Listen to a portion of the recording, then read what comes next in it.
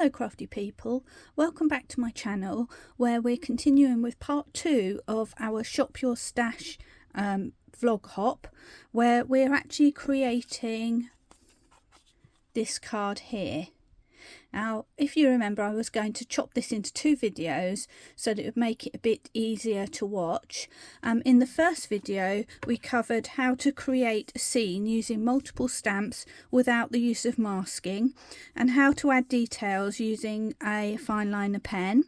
And we started on our very simple colouring. So for this video, we're going to continue with the colouring, and we're also going to talk about paper piecing as well, which is a great time saver and also confidence builder if you're not too happy with colouring certain areas with your pens. So where we got to last time was we had coloured the walls of our house very simply.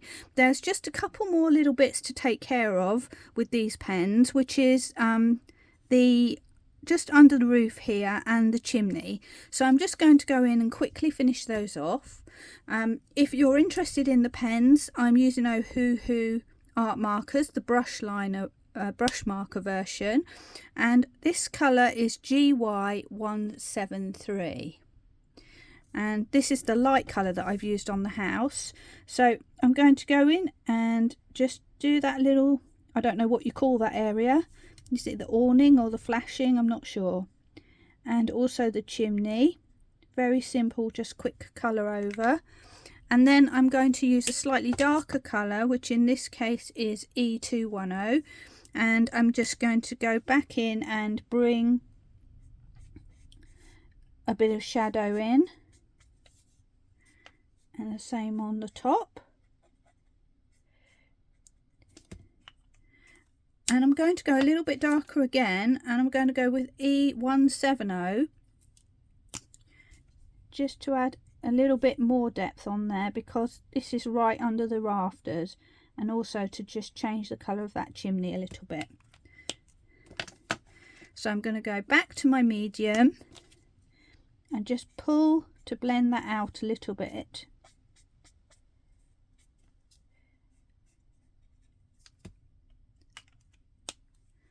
Before finally returning to my pale colour just for that final blend out. There we go. And now we'll move on to our next area, which I'm going to do the fence next, which is also in the browns. I'm going to leave out the palest one, but I'm going to start with my mid-tone that I've used on here, and I'm very simply going to cover all of my fence posts with this colour. And before I do that, what I forgot to do was just join up this fence to the house.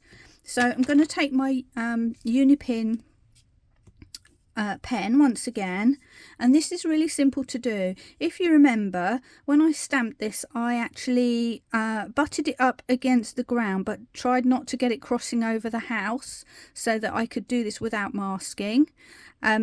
So that means we've got a little bit of a gap here, and I'm just going to rectify that very simply by carrying on this fence. And you don't need to be an artist to do this. All you need to do is just add lines to carry on those fence lines, and then just give a little hint of another fence post there in the corner. And that way we've actually joined up our fence. And as you can see, I did do a little bit of a dodgy line there. That's what happens when we're not actual artists. So I'm not going to worry about that, because once I've completed the whole of my scene, we're not really going to notice that too much. So now I'm going to go in with my what was originally my mid brown colour, and that is E210,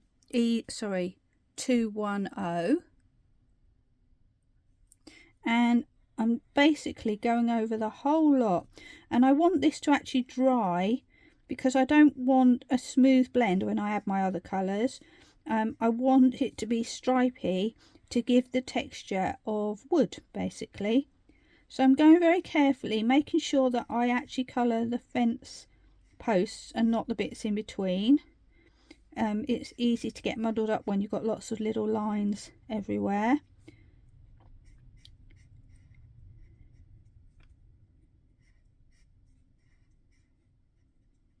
go. And I'm going to do the same on the other side. Now this one I don't need to join because I've managed to pretty much butt it straight up against the original house, so that's good. And you can see that because I've got the brush pen, I can really just virtually colour these with 1 or 2 pulls of the pen, which is really nice. I'm going to go away and leave that to dry for a minute, because like I say, I don't want a blend there. I want it to be so that I can flick lines on there and make it look streaky. So I think I might come down to my grass now. Oh, I'll tell you what I forgot, my path. So I'm going to do that, which again, going back to the exact same colours as the house.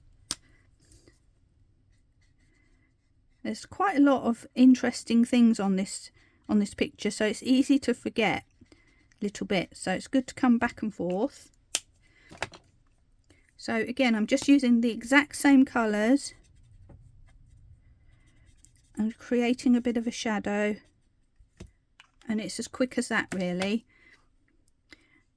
And we could, if we want to, just go in with a little bit of darker just to add to that shadow, just if you feel like it. If you don't feel like it, you don't have to. But as you can see, it's very quick to actually complete the individual bits of colouring on this example. Right, I'm going to leave the door for now, because on this occasion I'm going to paper piece this door, and I'm going to paper piece the roof as well. But there's this little bit of I don't know, decoration under here, which I also want to colour. So I'm going to use some pinks for that. So let's have a look. I'm going to go with RV160 to start with, and I'm just going to quickly add a little bit of pink down there.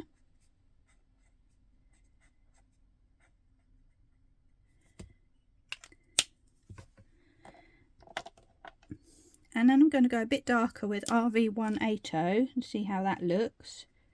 Now that's quite fluorescent actually, isn't it? So I think I just want to bring that down a little bit more. So I'm going to go with RV200. And all I'm doing is sort of a twisted L shape, back to front L shape. I think that looks a bit better.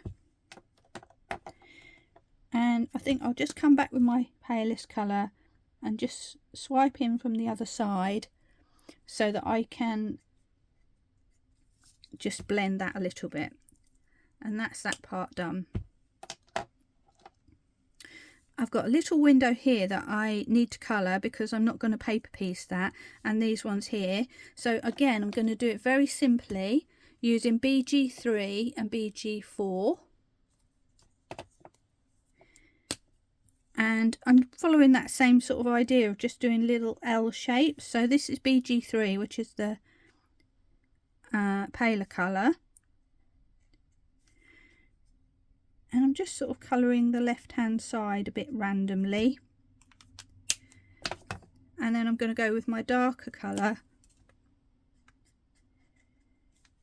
and just create the same pattern on a slightly smaller scale. There we go. So there we have our windows done very quickly, and the idea is that there'll be a little glow from the side here. I'm just going to see if I can grab a blender pen.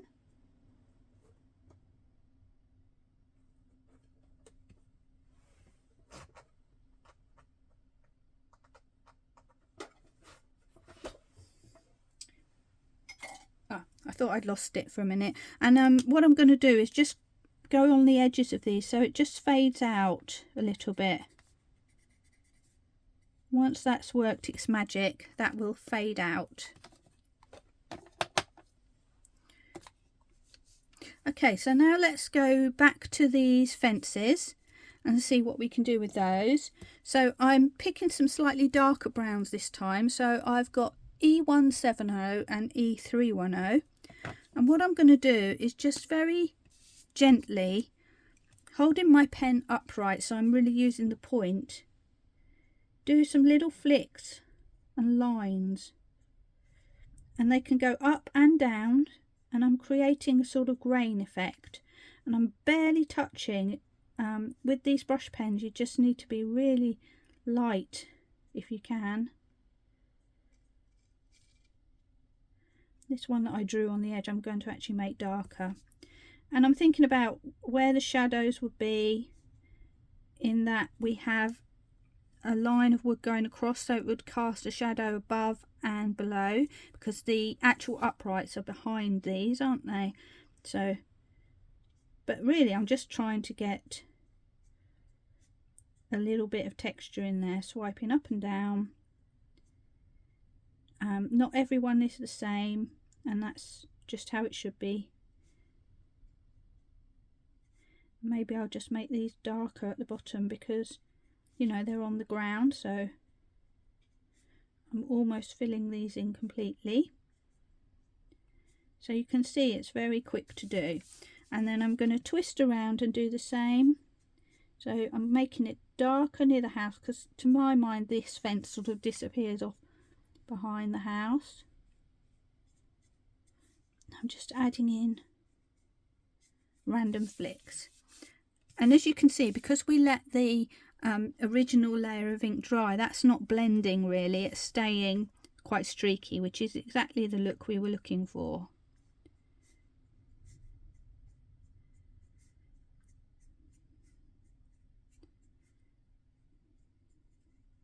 And again on this other side I'm thinking some of this is more in the shadow,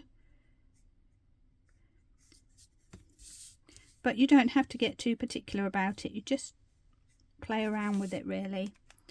And then I'm going to go in with my darker colour and do the exact same thing, but not so much of it. So here we go, and once you get that darker colour in, it really gives a little bit more life to this fence, if that's the right word to say. You just got to be really careful not to press too hard with your pen, because these are quite soft nibs, so they will make quite broad marks. I'm trying to do them so they don't quite look all the same.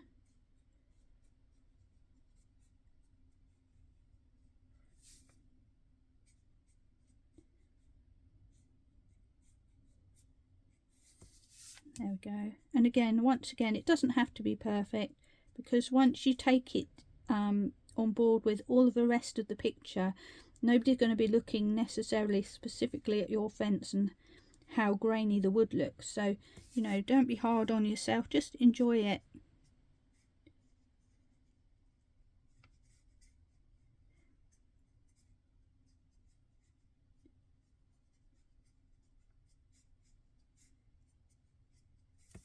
And we've just got this last little strut to do here. There we go, and that's our fences done. So we're gradually covering all the big areas. I'm going to do the grass next, and I've got two colours for this. I've got G190 and G170, and I'm going to start by oh, and also, sorry, G140 I think I was going to use.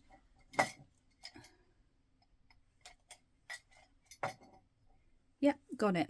So I'm just going to remind myself which is the light and which is the dark, because like I often say, you can't always go with the pen colours on the outsides because they're not exact. So I'm going to, there we go. So I've kind of put them in order. I know that G140 is my lightest, so I'm going to start with a good covering of that all over the grass.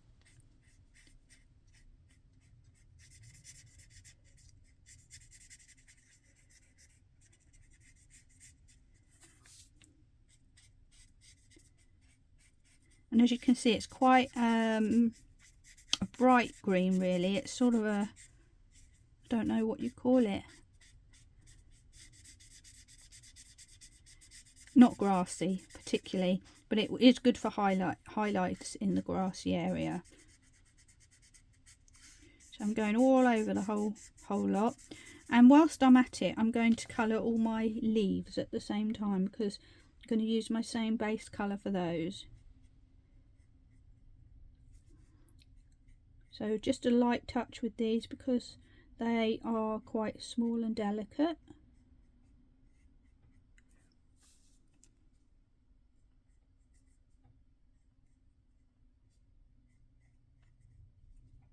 I've got quite a few of these to do, so this will just take a moment, but the overall effect is really nice, so it's worth the effort.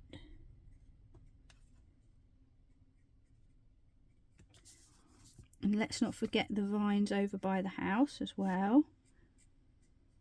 I'm not worrying too much if I go a little bit outside the lines or leave a little white area, because the white area can kind of pass off as a highlight, so that works okay for me. There we go. We're going to finish those off in a minute. So as you can see, that looks pretty bright at the moment. So we're going to tone it down, and I'm going to start with G170. Yep, that's right. And all I'm going to do is start to come in from the side and just start. I'm not being particular about it, I'm just swiping away, adding a bit of texture.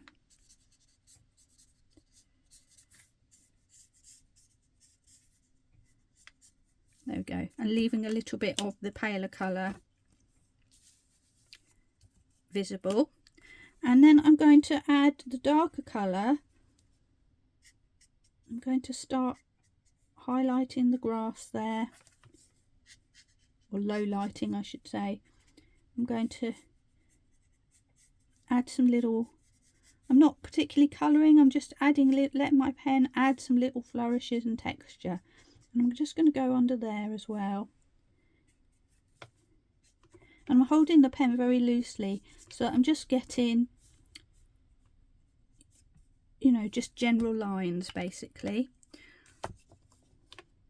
And then I might just take my green, and this time I'm going to take the wedge end, and I'm just very quickly going to go over the whole lot. And that just might soften it down a little bit. There we go. So the grass, very quick to do. Okay, we're nearly finished with the colouring now. So I'm not going to colour the sky because I'm going to use an ink pad and blend for that, which will take care of most of that. But what I am going to do is colour my washing and my little berries. Now the berries are very simple to do. So we're going to take a couple of purples. In this case I've got R11 and R17. And I'm just going to start with my R11. I'm just going to colour all of the berries.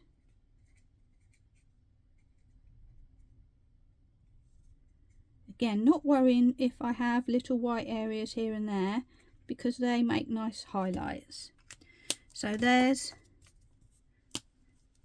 my berries, and then I'm going to just add with my dark colour, which is very much darker, little backward C's at the bottom of each berry, which suddenly makes them look quite dark but gives them a highlight as well. So I'm not going to do any blending with this, I'm literally just colouring like that, and the overall effect is simple but really nice. I'm then going to take my paler colour and I'm going to start to deal with my washing line. So I'm going to just randomly colour some of my washing.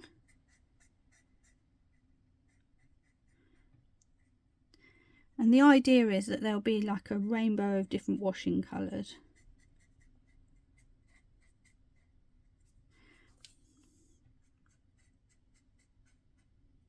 There we go.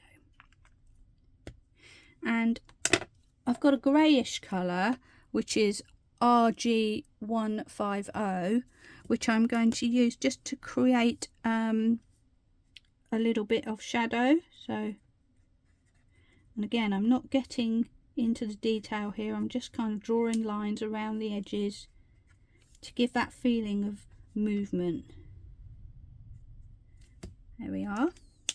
And I'm not going to blend, I'm just going to let that do its thing.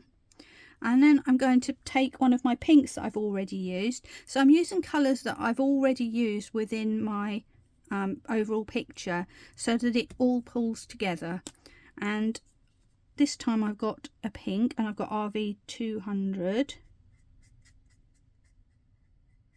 And I'm going to do the same thing, colour in a few more of my bits of washing.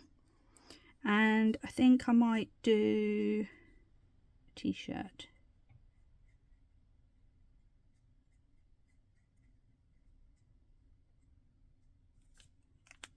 And use that same RG150 to add a little bit of shadow to give the idea that they're flapping in the wind. And then finally, I think I'm going to get a blue colour. I'm kind of matching in with the idea of the windows, but I want something a bit darker. So I've gone for a B140, and I'm going to colour the rest of my washing with that.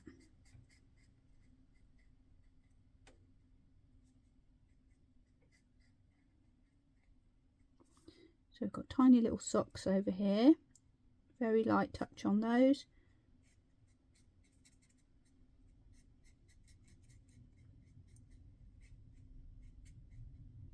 And that's my last bit of washing done. I'm going to just use that same grey once again to add some shadow.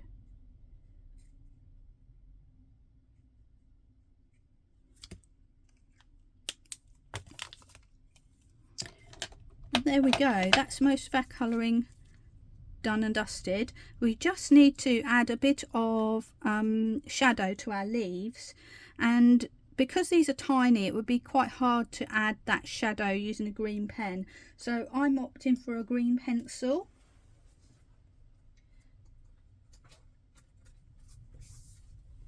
And you can use any pencil that you've got to hand, so I've even used a watercolour pencil without doing the watercolour bit, or you can use the oil-based pencils, anything you've got, because we're really just using a tiny amount.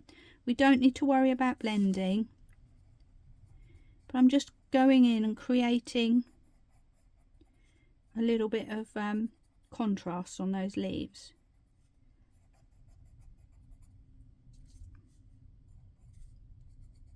And usually where they join the stem is the darkest area, so I'm sort of starting from there and working my way up for the most part.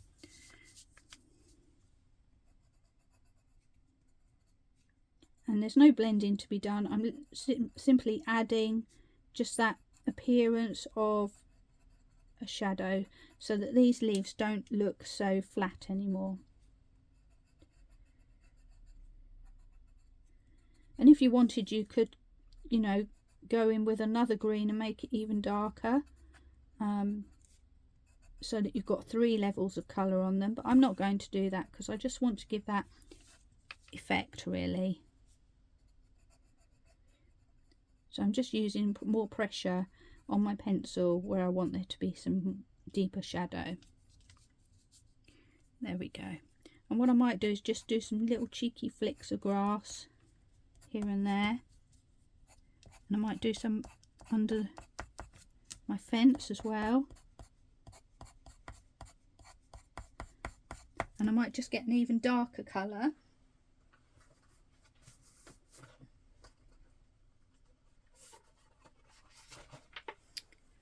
just to add to that even more. Well, actually it's not darker, it's just a more greeny colour, isn't it? But that will do.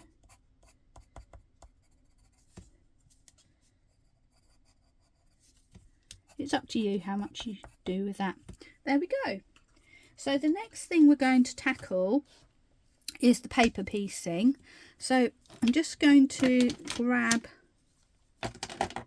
what I've already stamped. And what I did, again, we're shopping our stash, so I'm using up some old scraps. Look at that for a tiny little piece. And this is a scrap of paper that I had, which I actually printed. It came from Knitwits, but it goes nicely with the mushrooms, I thought. And the idea of paper piecing is that we stamp our image onto the paper just randomly, and then we cut out the pieces that we want, and then we stick them onto our image. Now these are have got windows in as well, so rather than taking a craft knife and cutting them out, I actually stamped the windows onto some white paper so that I can cut those out and stick them on top as well. So I'm quickly going to colour those windows just like I coloured the other ones, and then we will be ready to cut out.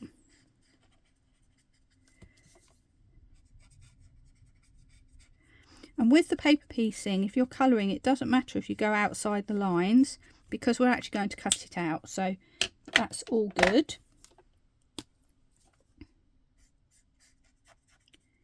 And I'm just following the exact same thing. I'm not even moving the paper around, so I'm literally just scribbling. And I'm going to just take my blender and give that a quick blend out. And then what we do to cut out our items is, I'll show you on this one, but I'm not sure if it will be too visible. We're literally going to cut what we want directly on the line. So you can chop little pieces out to make it easier for yourself. But what we're actually going to do is cut not around the line. We want to cut directly on the line so that this will actually fit perfectly into the piece on the main image. And I'm just cutting my roof out here.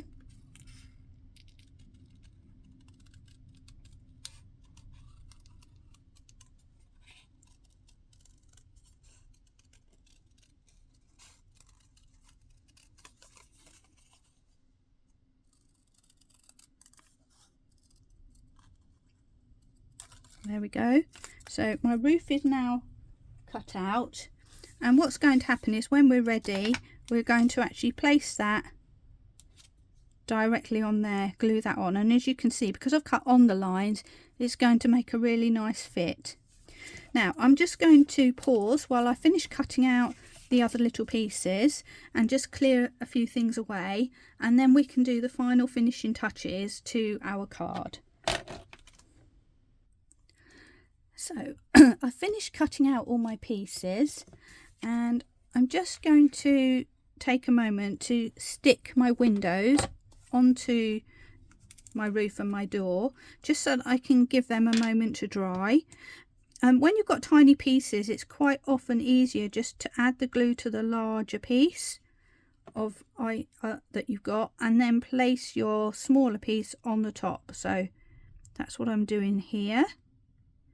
So I'm just getting that in position, and I'm going to do the same with my window.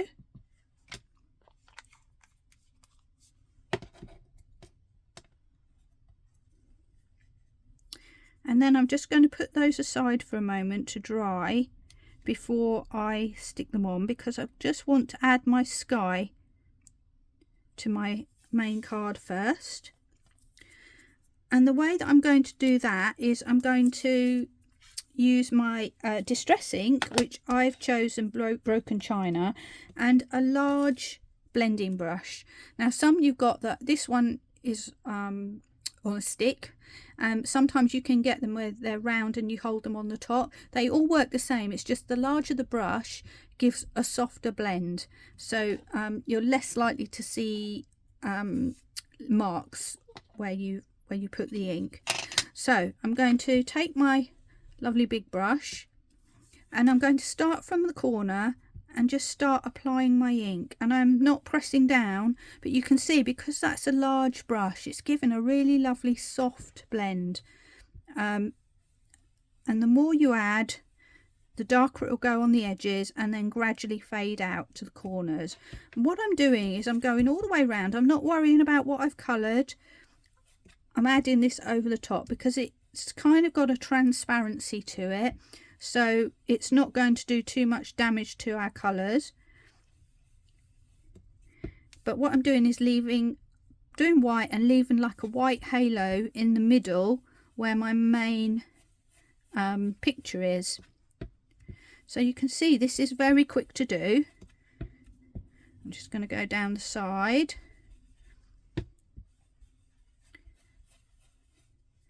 And I'm maybe just going to add a little bit more around the top there, just to really frame it.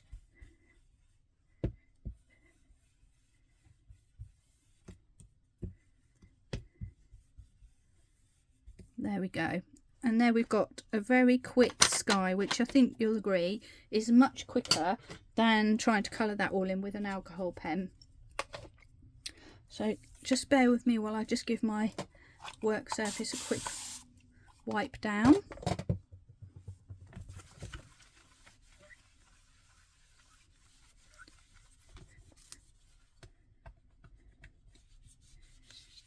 There we go. And now we're ready to add our final stamps onto here. So it's time to grab my stamping platform once again. And if you remember, I had a little cat sitting on the fence in my original card. And also I've got my sentiment to add as well. And now that I've got my sky in and everything, I can sort of see better where I want to place my sentiment in relation to everything else. And what I'm going to do is put it up here at a sort of angle, kind of following the flow of the washing line, but not exactly. I don't want them to be parallel, I just want them to be going in the same direction. So let me just grab another magnet for that corner.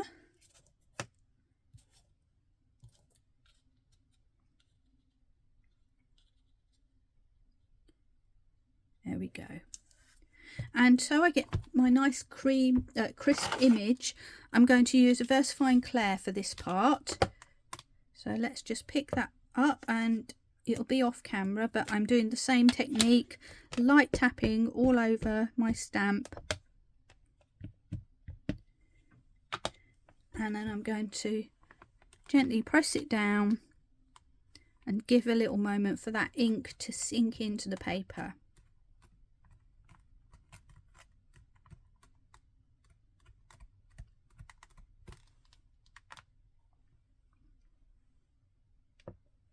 And there we have our sentiment. Just going to give a quick wipe of that sentiment, and that sentiment actually is one that I had in my stash as well, and it was a woodware one. So they have lots of those kind of things, so you can have a look or put any sentiment that you like in. And then finally I'm going to pick my little cat, which is in the same stamp set as my house, and I'm going to do him in VersaFine as well, because I want him to be a nice solid black colour. And I'm just going to position him as if he's sitting on top of that fence there, watching the washing. There we go. So again, I'll just stick him down. Little taps with my VersaFine, and I might want to do more than one stamp with this because I want to make him nice and dark and black.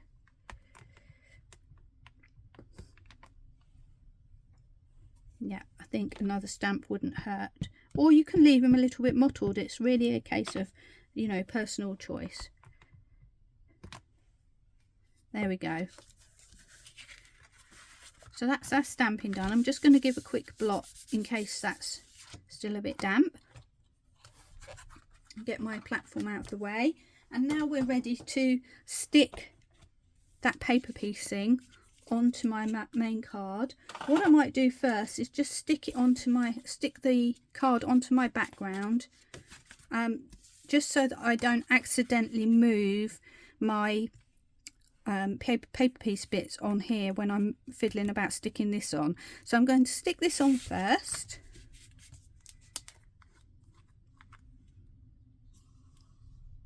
Using my pin flare glue in this case.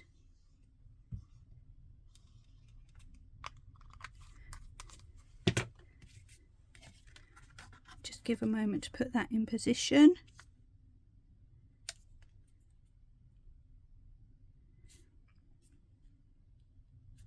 I'm just going to let that settle for a moment.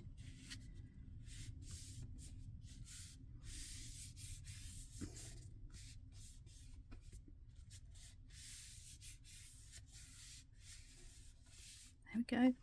And now I think we're ready to add our paper piecing. So I'm going to probably just do the same thing and actually put my glue onto my original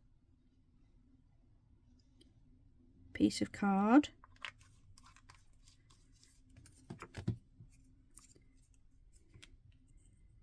And just stick it over the top and just gently wobble it into position. I've got a smaller piece to go onto my little roof on the side here. So once again, a little bit of glue.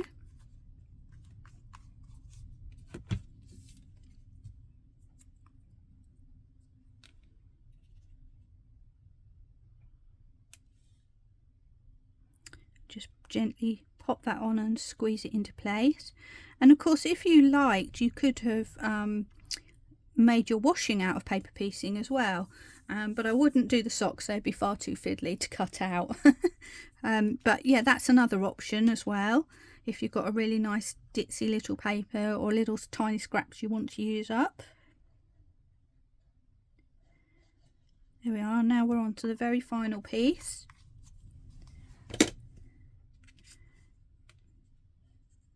Which I'm just going to put in place.